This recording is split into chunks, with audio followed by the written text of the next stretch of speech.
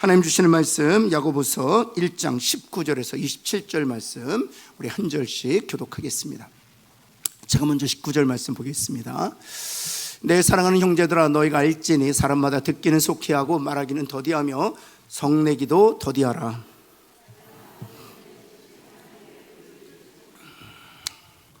그러므로 모든 더러운 것과 넘치는 악을 내버리고 너희 영혼을 능히 구원할 바 마음에 심어진 말씀을 온유함으로 받으라.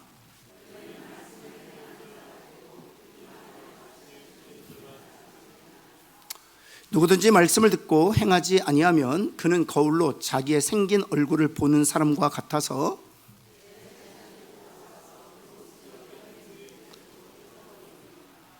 자유롭게 하는 온전한 율법을 들여다보고 있는 자는 듣고 잊어버리는 자가 아니요 실천하는 자니 이 사람은 그 행하는 일에 복을 받으리라.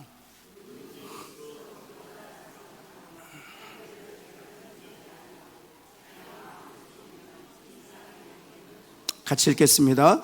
하나님 아버지 앞에서 정결하고 더러움이 없는 경건은 곧 고아와 과부를 그 환난 중에 돌보고 또 자기를 지켜 새 속에 물들지 아니하는 그것이니라. 아멘. 우리 좌인눈으로 축복할까요? 생명으로 충만하시기 바랍니다. 한번 할까요?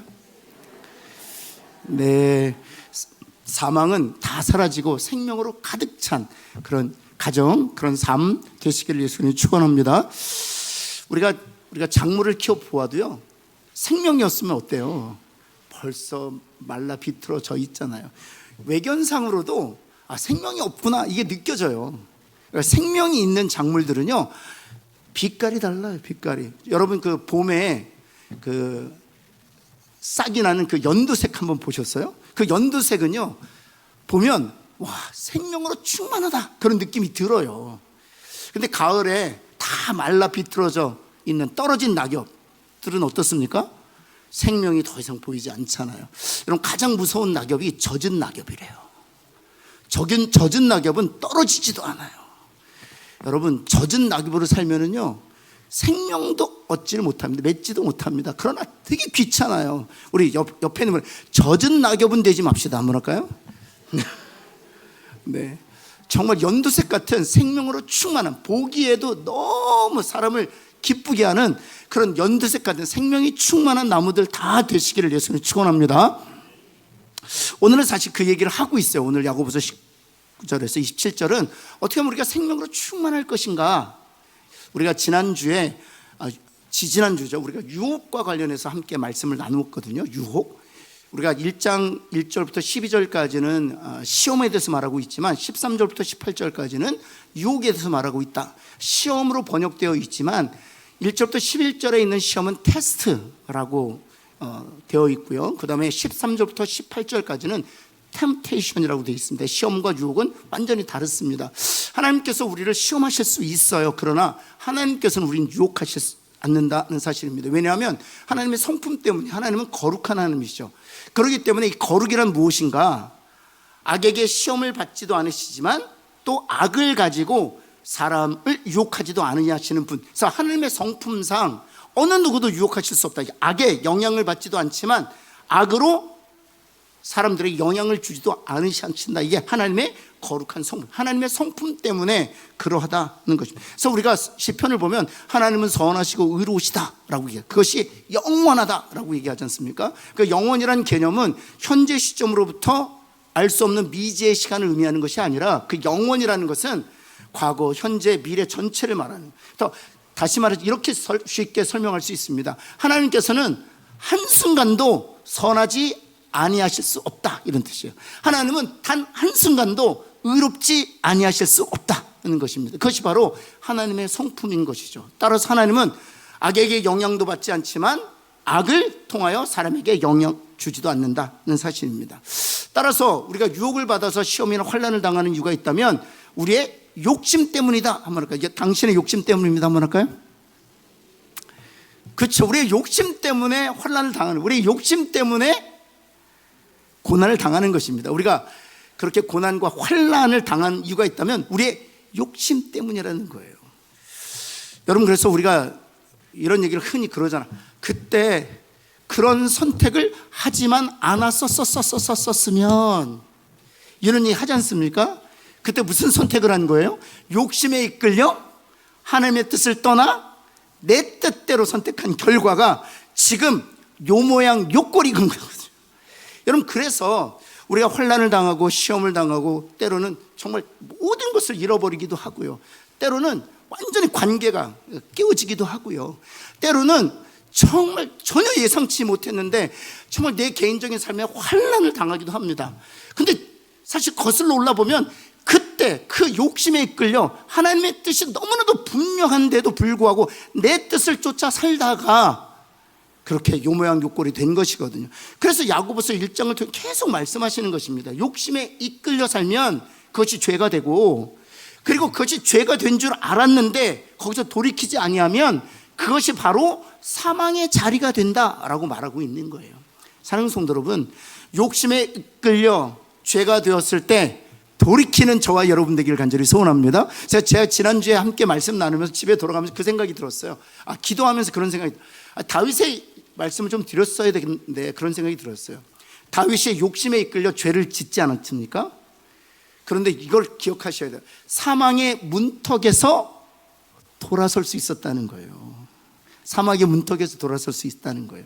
우리가 거듭난 그리스도인이지만 다윗처럼 욕심에 이끌려 죄를 지을 수 있고요, 그리고 죄를 회개하지 아니하고 그냥 그 죄의 길에 서 있으면 사망의 문턱까지도 갈 수 있는 거예요. 그런데 중요한 것은 언제든지 돌아서면 된다는 거예요. 옆에 있는 분에게 언제든지 돌아서기만 하면 됩니다. 한번 할까요? 아멘? 아멘. 돌아서기만 하면 돼요. 돌아서면 하나님께서 다윗을 다시 씻기시고 회복시키시고 세우시고, 그리고 예수 그리스도의 조상이 되게 하시잖아요. 그리고 모든 이스라엘 백성, 그 이후에 오는 모든 이스라엘 백성들이 가장 존경한 그런 왕으로 하나님께서 다시 그를 빚으시고 세우시잖아요.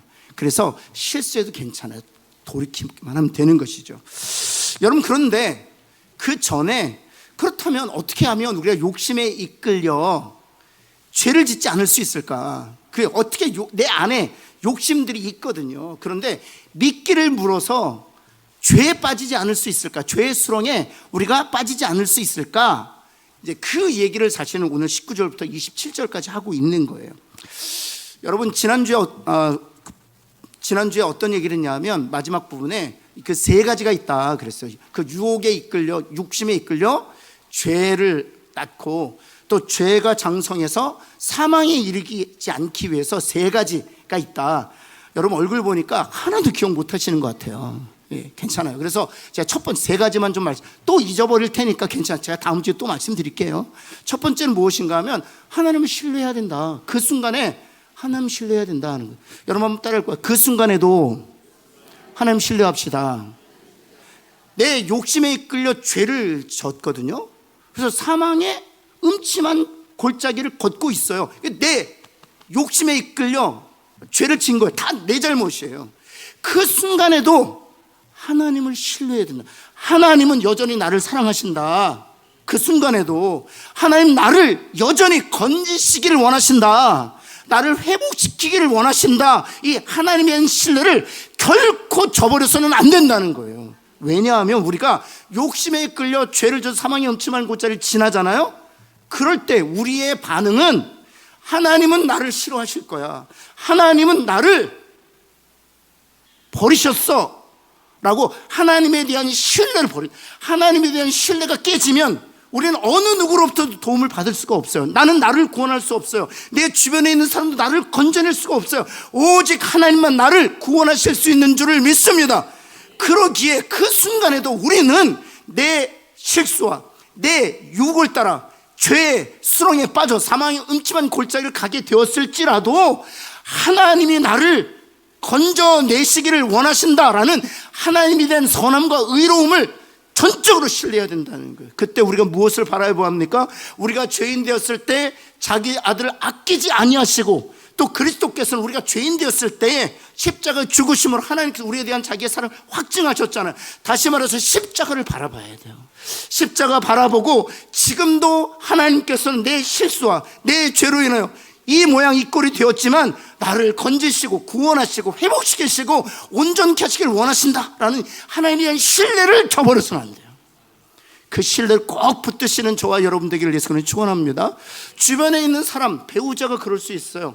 우리 자녀들이 그럴 수 있어요. 정말 죄로 말미암아 폐가 망신할 수 있어요. 죄로 말미암아 죄수렁에 깊이 빠져 있을 수 있어요.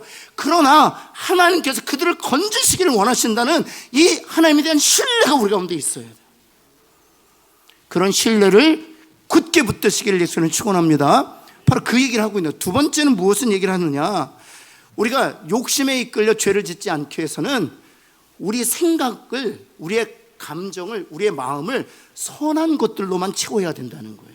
참된 것이 무엇인지, 정결한 것이 무엇인지, 선한 것이 무엇인지, 선한 것들로만 채워야 된다는 거예요. 한번 옆에 있는 분 축복합시다. 당신의 생각이 선한 것들로만 가득하기를 바랍니다. 한번 할까요?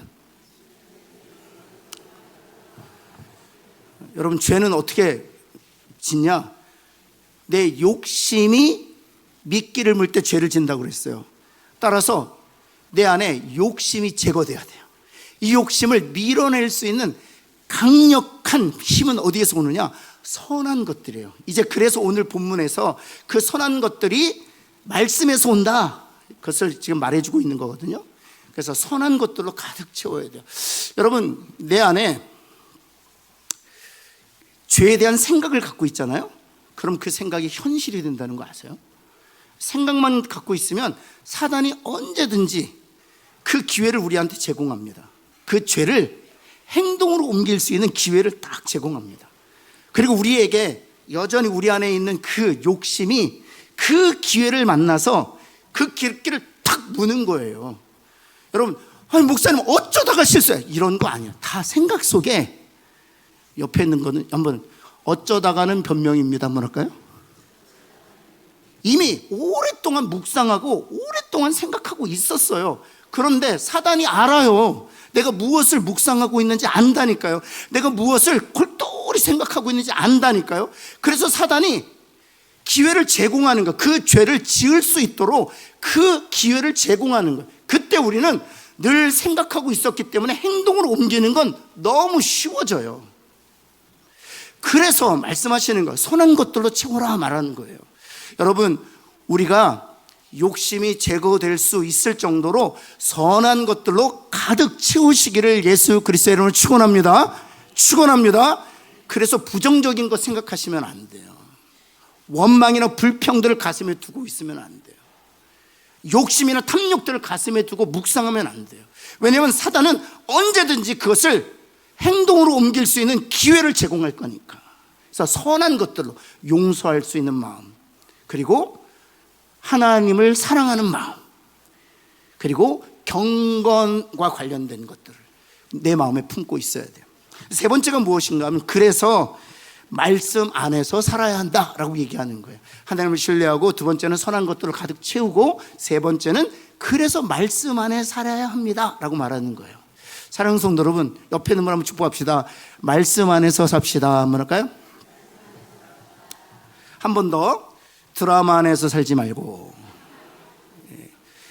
다시 좀 더 구체적으로 폭삭 속았수다에서 살지 말고, 이미 끝났기 때문에 뭐 요즘엔 뭔지 모르겠어요. 폭삭 속았수다 안에서 살지 말고 말씀 안에서 삽시다. 한번 할까요? 시작.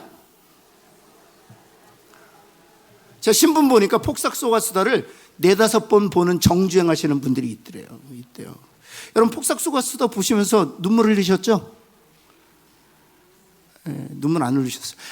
제가 이런 얘기를 대체적으로 강단에서 안 하는 이유가, 이렇게 말씀드리면 이게 뭐야 그러고 보시는 분들이 있더라고요. 안 보시는 건 괜찮아요. 네, 안 보시는 건 괜찮아요. 여러분, 말씀을 보면서 그 안에서 희노애락을 우리가 경험해야 돼. 울기도 하고, 하나님 앞에 배기도 하고, 기뻐하기도 하고, 그래야 돼. 소망을 갖기도 하고 그래야 돼. 말씀 안에서 사는 저와 여러분 되기를 간절히 소원합니다.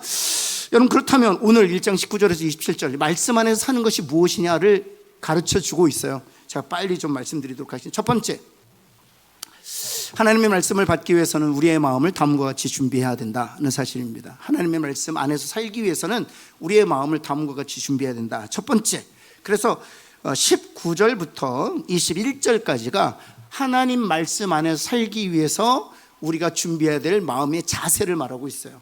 첫 번째, 같이 한번 읽어볼까요? 시작. 듣기를 속히 하라. 하나님 말씀하시면 듣기를 어찌 하라? 속히 하라. 그래서 야고보서 1장 19절 듣기는 속히 하고 라고 말했던 것입니다. 여러분, 마음의 귀를 열어서 진리를 신속하게 받아들여야 한다는 것입니다. 여러분, 성경을 먼저 펴시기 바랍니다. 그리고 나서 하나님 말씀하시면 마음의 귀를 열어서 그 진리의 말씀을 스펀지가 물을 빨아들이듯이 그렇게 빨아들일 수 있어야 합니다. 여러분, 다윗이 범죄했을 때 나단이 찾아가지 않습니까? 그때 나단을 통해서 하나님께서 다윗을 꾸짖으세요. 그때 다윗이 어떻게 그 말씀에 반응했습니까? 즉시로 반응했어요. 주저하지 않았어요. 미루지 않았어요. 즉시로 반응했어요. 그것이 바로 마음의 귀를 여는 것입니다. 하나님께서 말씀을 통해서 여러분에게 하나님께서 말씀을 통해서 여러분에게 말씀하실 때 그 말씀을 마음의 귀를 열어 신속하게 반응하는 저와 여러분 되기를 예수 그리스도로 다시 한번 축원합니다. 두 번째는 우리의 마음을 어떻게 준비해야 되느냐? 말하는 것은 어찌하라고요? 그렇죠. 듣기는 속히 하고 말하는 것은 더디하라는 것. 야고보서 1장 19절 말씀, 말하기는 더디하라 말씀하셨던 것이죠. 혀를 제어하는 것이 말씀을 경청하는 또 다른 방법이에요. 옆에 있는 분에게 혀를 제어합시다 한번 할까요? 네. 귀는 몇 개예요? 혀는 몇 개? 입은 몇 개예요? 아, 그래요. 근데 여러분들은 귀로 사세요? 입으로 사세요? 다시 한번. 여러분은 귀로 사세요? 입으로 사세요? 참고로 저는 입으로 삽니다. 그런데 목회를 잘하려면 목사는 입으로 살면 안 되고 귀로 살아야 합니다. 제가 여러분과 함께 말씀을 나누지만 하나님으로부터 듣는 시간을 더 많이 가져야 돼요. 사실은 제가 여러분에게 말씀을 나누는 시간은 빙산의 일각이어야 합니다. 이 바다 위에 올라와 있는 빙산의 일각. 아홉은 어디에 있어야 돼요? 물 수면 아래에 있어야 되는 것이죠. 여러분, 빙산의 일각 보고 판단합니다. 그런데 빙산의 구각이 일각을 결정한다는 사실이에요. 이것이 굉장히 중요합니다. 그래서 보면은요, 저도 이렇게 우리 부목사님들 또 동료 교육자들 보면 이렇게 몇 번 말씀 나눠보면 말씀에 그 사람이 얼마나 말씀을 묵상하는지, 얼마나 책을 읽어내는지, 얼마나 기도 생활을 하는지 느껴져요. 얼마나 그 사람이 가벼운 사람인지, 얼마나 그 사람이 무게 있는 사람인지 느껴져요. 얼마나 깊이가 있는 사람인지 느껴져요. 여러분, 그래서 중요한 것은 혀를 제어하는 훈련 또한 말씀을 경청하는 또 다른 훈련이라는 사실. 그래서 많은 그 말씀 묵상하는 이들이 권고하는 것이 말하지 않는 훈련을 하라는 것, 침묵 훈련을 좀 하라는 것이죠. 예, 그런 저와 여러분 되기를 간절히 소원합니다. 세 번째는 무엇입니까? 어떤 준비를 해야 되는? 듣기는 속히 하고 말은 더 혀를 제어하는 훈련을 해야 된다는 것이죠. 그 다음에 성내는 것은 어찌한다? 더디한다는 것입니다. 1장 19절 성내도 더디하라는 것입니다. 여러분, 말씀이 들어올 때 죄인의 가장 즉각적인 반응이 무엇인가 하면 분노입니다. 분노입니다. 말씀이 들어올 때, 말씀으로 누군가를 경계할 때 우리 안에서 딱 튀어요. 분노로 반응한다는 것이죠. 그래서 성내지 말라라고 했던 것입니다. 성경에 보면은요, 하나님 말씀이 주어질 때 즉각적으로 그 말씀을 받고 혀를 제어한 인물들이 많이 없어요. 오히려 성냄으로 반응 경우들이 종종 있습니다. 대표적인 케이스가 가인이죠. 가인은 분노로 반응했습니다. 에서 분노로 반응했습니다. 그럴 때 그들이 결국에는 하나님의 뜻에서 벗어나는 것을 볼 수 있습니다. 옆에 있는 분에게 하나님 말씀이 들어올 때 분노로 반응하지 맙시다 한번 할까요? 네, 그래서 1장 20절 한번 다시 한번 볼까요? 1장 20절 말씀 같이 한번 읽겠습니다. 시작. 사람이 하나님의 의를, 여러분 성경 전체에서 이 분노를 계속 하나님이 다루고 계세요. 분노하지 말라. 노를 더디하는 사람이 성을 취하는 사람보다 낫다 이래요. 잠언에 노를 더디하는 사람이 성을 취하는 사람보다 낫다 이런 얘기를 해요. 노를 내지 말라고 말씀하진 않으세요. 더디 내라 그렇게 말씀하세요. 노를 지연시켜라 그러는 거예요. 여러분 옆에 있는 분에게 노를 좀 지연시킵시다 한번 할까요? 노를 낼 때 브레이크가 좀 있어야 된다. 브레이크가 있어야 된다는 거예요. 그래서 지연시켜서 좀 노를 좀 나누어야 한다라고 말하는 것이죠. 저는 종종 우리 교회에서는 그런 경험이 없는데 제가 부교육자 때 시무 집사님 중에 한 분이 좀 연세가 있으신 시무 집사님이셨어요. 그분은 브레이크가 없어요. 브레이크가 그냥 화만 나면 그냥 사무실 문을 뻥 차고 들어오는 거야. 그러면서 막 악다구니를 놓는 거예요. 그리고 나서 1시간 뒤에 아이스 커피 사와요. 그러면서 뭐라고 말씀하시는 줄 아세요? 목사님들 열받으셨죠? 시키세요. 와, 제가 아이스 커피 먹다가 열받아 죽는 줄 알았어요. 그분 늘 얘기해요. 목사님 저 알잖아요. 제가 뒤끝이 없잖아요. 그래서 제가 그 집사님한테 한 번 집사님 앞끝은 되게 있으시거든요. 뒤끝은 없는 걸 내가 알겠는데 앞끝은 정말 심하세요. 제발 분내면 안 돼요. 그래서 사실 모세를 하나님께서 르비딤에서 다루신 거예요. 성내서 하나님의 거룩함을 드러내지 못한 고로 내가 너를 가나안 땅에 들이지 않겠다. 물론 구원에서 배제하겠다는 뜻이 아니에요. 그것은 지리적으로 가나안 땅에 들어가서 살지 못하게 하겠다라고 말씀하시는 것이에요.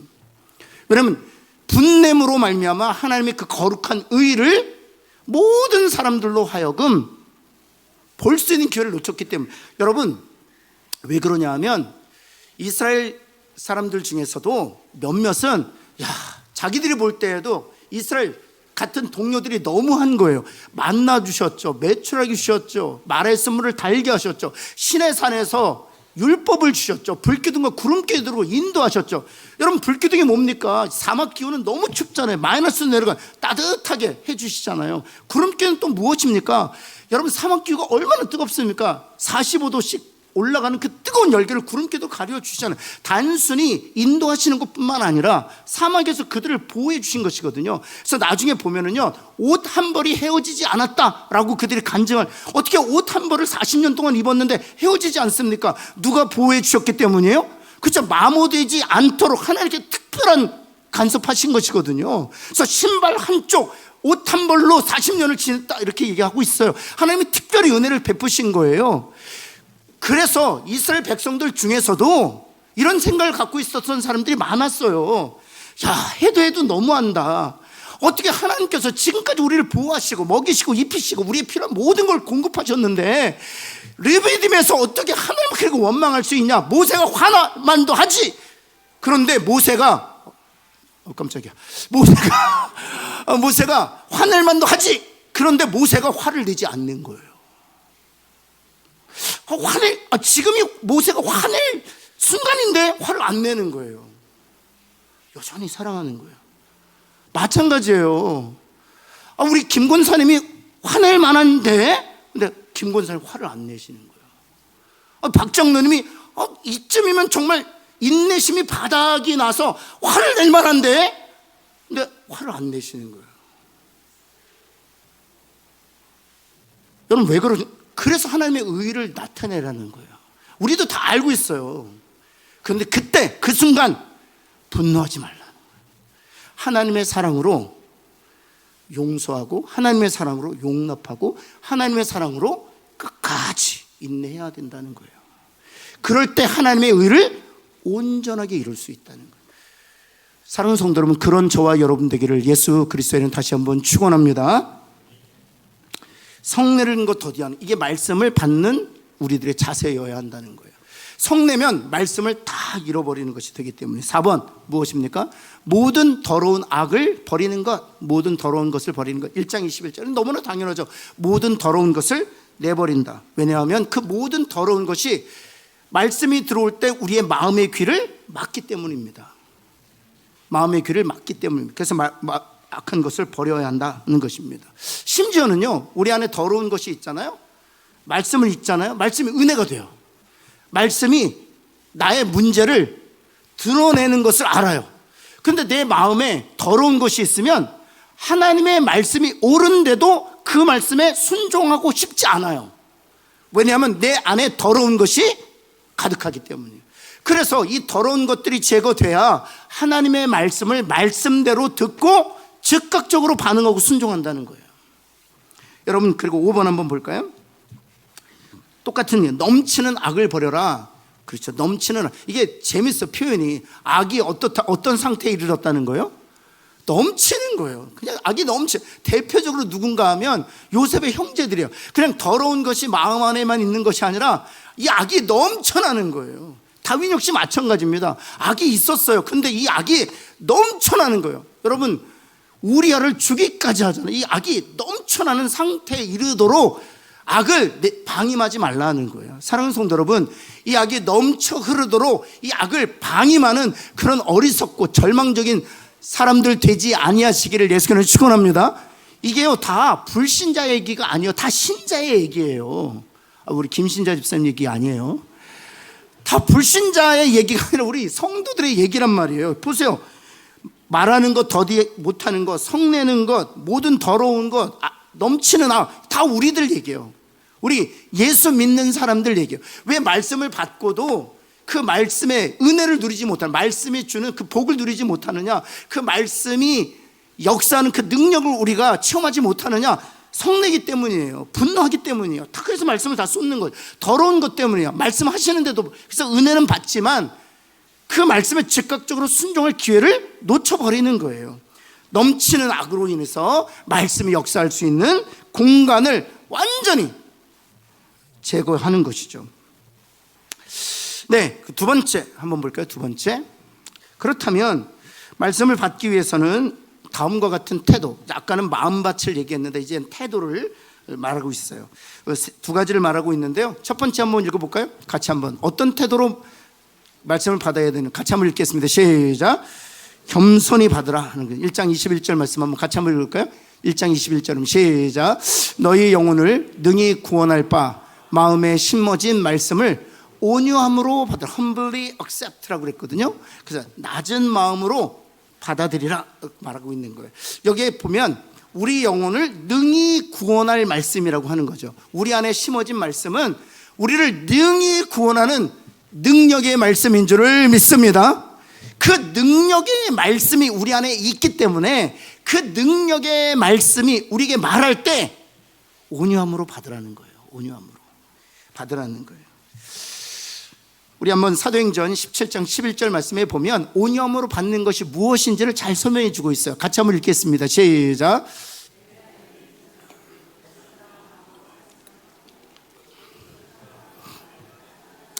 이게 온유함으로 받는 거예요. 실제적인 적용을 말씀드리면 주일날 제가 여러분과 말씀을 함께 나누잖아요. 그러면 주중에 목사님을 통해서 주신 말씀이 그러한가 살피기 위하여 말씀을 다시 펴보는 거예요. 내가 적은 노트를 다시 꺼내서 그 말씀이 그러한가 다시 한번 또 묵상하는 거예요. 그런 적이 없다면 온유한 마음으로 받고 있는 게 아니에요. 여러분 꼭 기억하셔야 돼요.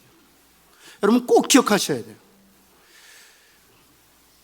목사님의 말씀이 주어질 때 적는 거 너무 고마운 일이에요. 감사한 일. 저도 부목사님 말씀들 다 적고 있어요. 그런데 적는 것도 중요하지만 주중에 한 번쯤은 그 적은 말씀을 펴보고 그리고 그 본문을 다시 보면서 그 말씀이 그러한가 베레아 사람들처럼 다시 상고하는 것, 그것이 바로 humbly accept 하는 거예요. 그럴 때 하나님께서 우리 가운데 역사하시는 것이요. 여러분 꼭 기억하셨습니까? 하나님이 말씀하시는 거예요. 이것도 지금 제 말씀을 사람의 말로 받지 않고 하나님의 말씀으로 받는다면 여러분들은 바로 당장 실천할 거예요. 내일부터 실천할 거예요. 여러분 꼭 기억하세요. 그러면 말씀이 우리 가운데 역사하시는 것을 여러분이 경험하게 될 것입니다. 그것이 겸손히 말씀을 받는 거예요. 여러분 두 번째, 같이 한번 읽어볼까요? 시작. 옆에 있는 축복, 주님을 영접하듯 받읍시다. 한번 할까요? 여러분 그렇게 하고 계세요? 정말 그렇게 하고 계세요? 주님을 영접하듯이 받고 계세요? 아유, 목소리는 왜 이리 저렇게 커? 아유, 목소리 너무 작아. 아니, 대체 본문을 어떻게 저렇게 해석하지? 어쩜 저렇게 한국말을 못해? 사투리는 심하고. 여러분, 정말 주님을 영접하듯 말씀을 받고 있느냐는 거예요. 물론 설교자는 설교자로서 책무를 다해야 됩니다. 한번 들어보세요. 제가 설교를 지질이 못해요. 실제로 또 그래요. 이 책임을 여러분에게 물을까요? 저에게 물을까요? 하나님이. 다시 묻습니다. 제가 설교를 너무 못해요. 근데 이 책임을 하나님이 여러분한테 물을까요? 저한테 물을까요? 저한테 묻겠죠, 당연히. 제가 설교자니까. 그래서 설교를 최대한 잘 준비하고 잘 전한 건 제 책무예요. 그런데 잘 보세요. 여러분이 제가 설교를 너무 못해서 맨날 졸아요. 그 조는 책임은 하나님 누구에게 물으실까요? 여러분한테 묻는다고요. 여러분 그걸 기억하셔야 돼요. 여러분, 만약 제가 너무 못하는 거예요. 그래서 알아들을 수가 없는 거예요. 제가 사실은 전도사 때 제가 섬기던 담임 목사님이, 제가 교육 전도사 때 제가 섬기던 담임 목사님이 이런 타입이셨어요. 성도들이 설교만 끝나면 3, 3, 5 모여서 말씀이 그러한가 상고했습니다. 근데 그 이유가 뭐냐면 은혜를 받아서가 아니라 오늘 목사님이 무슨 요지로 말씀하셨어? 저도요 깜짝 놀랐어요. 정말 깜짝 놀랐어요. 40분 설교를 하시는데 무슨 말인지 모르겠어요. 이게 문장과 문장이 연결이 안 돼요. 여러분 이런 설교를 못 들어보셔서 그래요. 정말 못 들어보셔서 그래요. 저도 그 설교를 듣고 나서 성도들이 묻잖아요. 전도사님 오늘 목사님 무슨 말씀을 하셨어요? 그럼 저한테 물으니까 제가 답을 해주기 위해서 제가 노트를 해요. 노트를 하는데도 모르겠어요, 진짜. 그래서 그 교회에서는 어떤 결정을 했냐, 담임 목사님 진짜 성자 같은 분이에요. 그분은 인격으로 목회하시는 분이에요. 말씀으로 목회하잖아요. 그래서 어떤 결정을 했냐, 당회에서 목사님이 먼저 제안을 하신 거예요. 저녁 예배는 우리 전도사님들이 설교하기로 합시다. 그래서 설교 잘하는 전도사님들을 저녁 예배 설교자로 세워서 말씀을 나눠서 저녁에도 한 150명, 200명씩 출석했어요. 교인이 한 250명 정도 됐는데 저녁도 열심히 출석하던 교회였었어요. 여러분 그랬었는데 그건 목사님이 책임지죠. 근데 제가 그 교회 성도들을 보면 너무 귀한 게요, 한 명도 안 졸아요. 정말 신기해요. 그리고 끝나고 식사할 때는 무슨 말씀을 하셨는지 그러한가 상고한다니까요. 그래서 죄송한데 제가 뭐라고 하냐면 저도 솔직히 모르겠습니다. 그분 설교 테이프 좀 들려드리고 싶은데 진짜 신기한데. 근데 그분이 정말 잘하는 설교가 있어요. 신방 설교는 너무 잘했어요. 5분 설교는 정말 잘하세요. 무슨 말인지 알아서 성도들이 좋아해요. 이게 설교 자체가 은혜로워서가 아니라 무슨 말씀을 하시는지 알아서 좋은 거예요. 이게 잘 구분이 안 되시는구나. 그런 설교를 들어보신 적이 없어서. 중요한 건 이겁니다. 그 성도들이 복을 받아요. 왜냐하면 목사님 설교, 그런데도 한 명도 제가 목사님 설교를 불평하는 성도를 만나보지 못했어요. 그 교회 단 한 명도. 그리고 그렇게 듣기 힘든 설교인데도 성도들이 딱 듣고 노트하면 거의 한 150명이 노트해요. 베레아 사람들 같아요.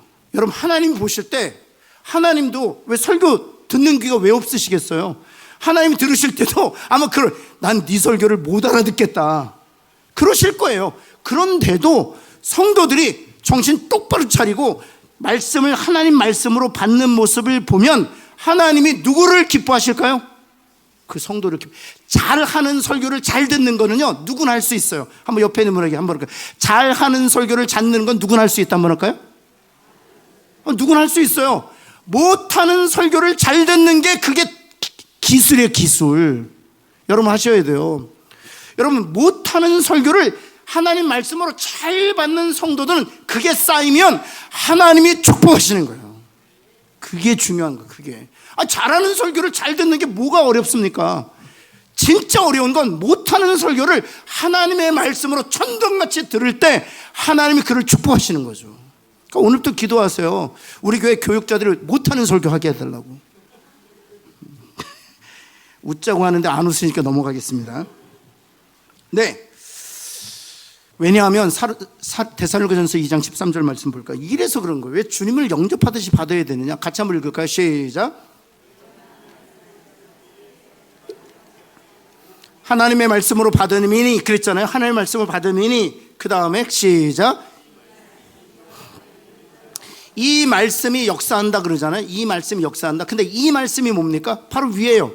사람의 말로 받지 않고 하나님의 말씀으로 받은 그 말씀이 역사한다는 거예요. 잘하는 설교를 그냥 잘 알아듣는 그 말씀은 역사하지 않을 수 있어요. 왜냐면 워낙 설득력 있는 말이니까, 너무 지혜로운 말이니까, 너무 감동이 되니까. 그러나 사람의 말이 아니라 정말 하나님의 말씀으로 들을 때 그 말씀이 역사하는 능력이 된다는 거예요. 관계가 깨어졌지만, 설교를 다 잘 알아들 수는 없지만, 좀 졸리긴 하지만 하나님의 말씀으로 받기 위해서 애를 쓰고 힘쓰고 그것을 하나님의 말씀을 받아들였을 때 그 말씀이 역사하는 능력으로 나타난다는 거예요. 그런 은혜가 저와 여러분에게 있기를 간절히 소원합니다. 그래서 두 가지 태도가 중요해요. 겸손히 받아야 돼요. 두 번째는 주님을 영접하듯이 받아야 돼요. 여러분 세 번째 한번 볼까요? 세 번째, 하나님의 말씀을 행하는 자가 되어야 한다. 말씀을 받고 끝나는 것이 아니라 말씀을 행하는 자가 해야 한다. 1번 한번 볼까요? 같이 한번 읽겠습니다. 시작. 이게 중요해요. 왜 하나님의 말씀으로 받아야 되느냐? 우리는 이제 야고보서 2장 가면 믿음과 행함의 그 원인과 결과에 대해서 함께 나누겠지만, 우리는 행동은 믿음과 전혀 상관없이 나의 결심과 결정으로 나타난 결과라고 생각해요. 그렇지 않습니다. 행동을 낳게 하는 건 말씀이에요.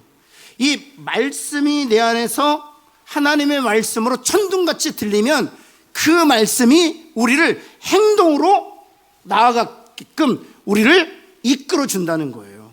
나의 결정과 결심이 말씀을 행동으로 낳는 것이 아니라 그 말씀 자체가 행동을 빚어낸다고요. 여러분 요즘에 건강 프로그램들 있죠. 건강 프로그램들 보면 우리나라 사람들 빨라요. 건강 프로그램에서 브로콜리 좋습니다. 그러면 탑마트에 브로콜리가 있을까요, 없을까요? 싹 사라져요, 탑마트에. 그리고 위장에 마 갈아 먹으면 좋습니다. TV에 나오면 그 다음날 가서 마 사려면 있어요, 없어요? 그게 바로예요. 여러분이 그 전에도 마를 살 수 있었어요. 그 전에도 브로콜리 살 수 있었어요. 근데 그 전에는 왜 브로콜리나 마를 안 샀느냐? 그걸 안 들었으니까. 근데 이것이 사게 되는 이유가 어디 있냐면, 그 전날 한의사들과 의사들이 나와서 잔뜩 브로콜리가 좋다고 얘기를 하니까 그 말씀이 하나님의 말씀으로 들리는 거죠. 들어오니까 저로 하여금 탑마트 가서 돈을 지불하고 브로콜리 말을 살 수 있도록 나를 행동으로 이끌어낸다고요. 왜 우리가 행동하지 않느냐? 이 말씀을 하나님의 말씀으로 내 안에 받지 않기 때문이에요. 하나님의 말씀으로 받으면 이 말씀이 행동을 낳는다고요. 이 말씀이 믿음을 주고요, 이 믿음이 우리를 행동으로 이끌어 간다고요.